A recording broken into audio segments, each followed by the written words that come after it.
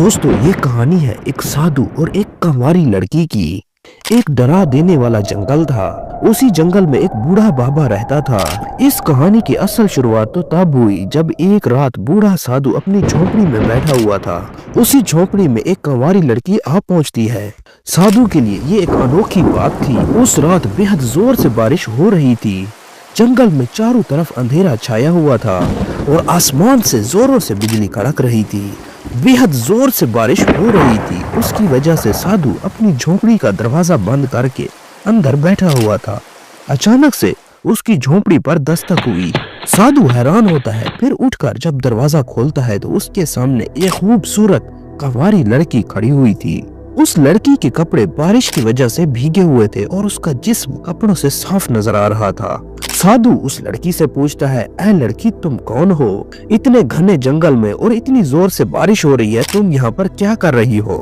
वो लड़की डरते हुए जवाब देती है उस बूढ़े बाबा को, मैं जंगल के साथ वाले गांव में रहती हूँ। फिर वो लड़की साधु से कहती है, मेरे पीछे कुछ लोग पड़े हुए हैं, वो लोग मुझे मारना चाहते हैं, आप मुझे बचा लीजिए।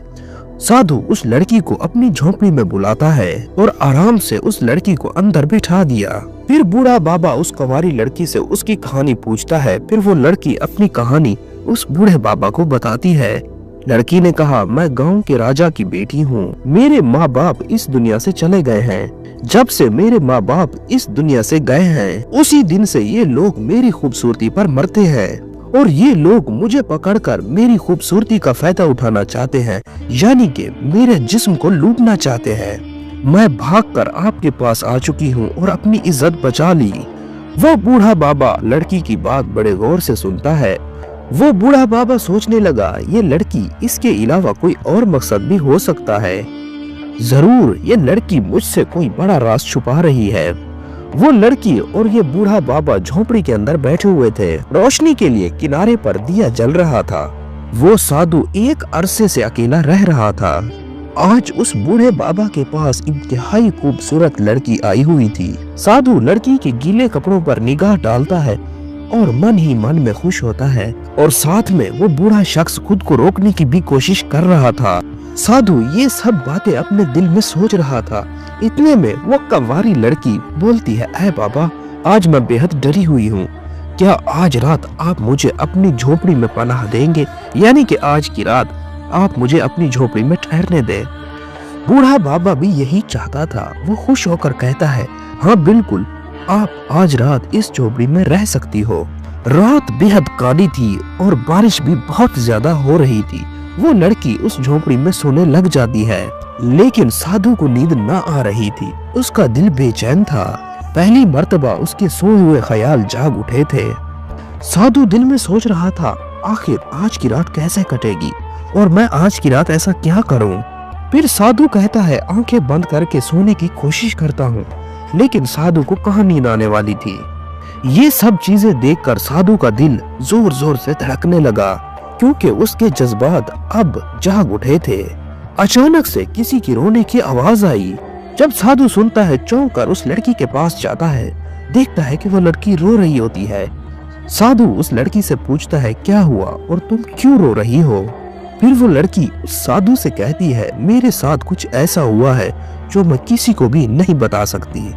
बूढ़ा बाबा जब लड़की की ये बात सुनता है तो बेहद हैरान होता है। बताओ मुझे, ऐसी कौन सी बात है जो तुम मुझे नहीं बता सकती? ऐसा कौन सा राज है तुम्हारा? फिर वो लड़की साधु से कहती है, मैं कोई अच्छी लड़की नहीं हूँ, मैं एक बुरी लड़की हूँ। फिर वो एक ऐसी बात करती है जिसे सुनकर आप भी हैरान रह जाएंगे। वो साधु की तरफ देखती है और वो लड़की उस साधु से कहती है, मैं कोई लड़की नहीं हूँ, मैं एक आत्मा हूँ। जब ये बात साधु सुनता है तो साधु चौंक गया और डर गया। साधु कहता है, अगर तुम आत्मा हो तो मैं ये बात कैसे मान लूं और इसका क्या मतलब है कि मैं एक आत्मा हूँ? लड़की फिर अपनी कहानी बताती है और कहती है, कुछ अरसा पहले की बात है। मैं एक रानी थी, लेकिन एक शख्स मुझसे शादी करना चाहता था जिसे मैं पसंद ना करती थी, लेकिन उसने मुझे पाने के लिए काला जादू किया जिसकी वजह से मैं उसके चक्कर में फंस गई और उसने मुझसे शादी भी कर ली, लेकिन मैंने उसे पहली रात हम बिस्तरी ना करने दी। फिर मेरा शोहर उसकी वजह से मेरी जान लेने लगा। जब वो मुझे आखिरी वक्त में मारने लगा तो उसने मुझसे एक बात कही थी। उसने कहा था, तुम्हारी आत्मा तब तक नहीं मरेगी जब तक तुम किसी नेक साधु से हम बिस्तरी नहीं करोगी। साधु जैसे ही लड़की की ये बात सुनता है, उसके पैरों के नीचे से जमीन खिसक जाती है। साधु ये सब बातें सोच ही रहा था, वो लड़की साधु का हाथ पकड़ लेती है और उसे कहती है कि मैं झूठ नहीं बोल रही, अगर तुम मेरे साथ आज की रात नहीं सोओगे तो मैं सारी जिंदगी इसी जंगल में भटकती रहूंगी। साधु लड़की की तरफ देखता है और वो साधु घबराया हुआ था। लड़की कहती है, आज रात की बात है, तुम मेरे साथ क्यों नहीं सोना चाहते? तुम मेरे साथ अगर सो जाओगे तो मेरी आत्मा का भटकना बंद हो जाएगा। साधु का जिस्म कांप रहा था। लड़की उसके जिस्म पर हाथ फेरे जा रही थी। इतने में बाहर से आवाज आई। साधु अचानक से उठकर खड़ा हुआ। साधु जब बाहर निकलकर देखता है तो दरख्त के ऊपर एक साया बैठा हुआ था। साधु जब उसे देखता है तो वो साया साधु की तरफ बढ़ता आता है। फिर साधु लड़की की तरफ देखता है और पूछता है, आखिर तुम हो कौन? उस लड़की ने कुछ भी ना कहा, खामोश रही। अब वो साया साधु के बेहद करीब आ चुका था। जब वो करीब आया तो साधु सोचता है ये कोई इंसान नहीं है। जब वो साया साधु के बिल्कुल करीब आया तो साधु उससे पूछता है, तुम कौन हो? वो साया कहता है, मैं वही हूँ जिसने आपके पास इस लड़की को भेजा है। ये वही साया था जिसने लड़की को काले जादू के जरिए पाया था, यानी कि इस लड़की का शोहर। फिर वो साया साधु को डराने लगा। साधु उस साये से कहता है कि तुम्हारे काले जादू का असर मुझ पर तो नहीं होने वाला। फिर साधु उस साये से कहता है, तुमने क्या सोचा था, मैं एक खूबसूरत लड़की को देखकर भटक जाऊंगा? साधु ने कहा, यह तो हरगिज नहीं हो सकता। साये ने कहा, तुम्हारे अंदर भी तो इंसानों वाले जज्बात होंगे। फिर वो साधु लड़की की तरफ देखता है। लड़की अपनी नजरें नीची कर लेती है। लड़की भी अपने दिल में सोचने लगी, आखिर मैं ये क्या कर रही थी? वो साया साधु से पूछता है, ऐ साधु, तुम ये क्या सोच रहे हो? तुम मेरे जाल में फंस चुके हो। साधु अपनी आंखें बंद कर लेता है और सोचने लगता है इस मुश्किल से किस तरह से बचा जाए। साधु लड़की से कहता है, तुम अपने अंदर झांको, ये तुम आखिर क्या करने वाली थी? मैंने एक अरसे से किसी लड़की के साथ भी गलत काम नहीं किया। तुम मेरी मेहनत क्यों जाया करना चाहती थी? तुम खुद को संभालो और जरा सा सोचो, आखिर मैं क्या कर रही थी? साधु ये सब बातें उस लड़की से कर रहा था।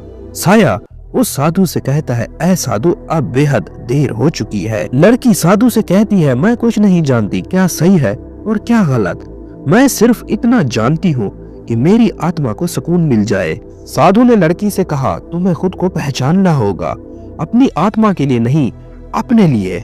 साधु अपनी आंखें धीरे से खोलता है और उस लड़की से कहता है, ये लड़ाई तुम्हारी खुद की है और तुम्हें ये लड़ाई अकेले लड़नी होगी। साधु की जब ये बात लड़की सुनती है तो वो कहती है, तुम सही कह रहे हो, ये लड़ाई मेरे अकेले की है। फिर वो लड़की धीरे से अपनी आंखें बंद करती है।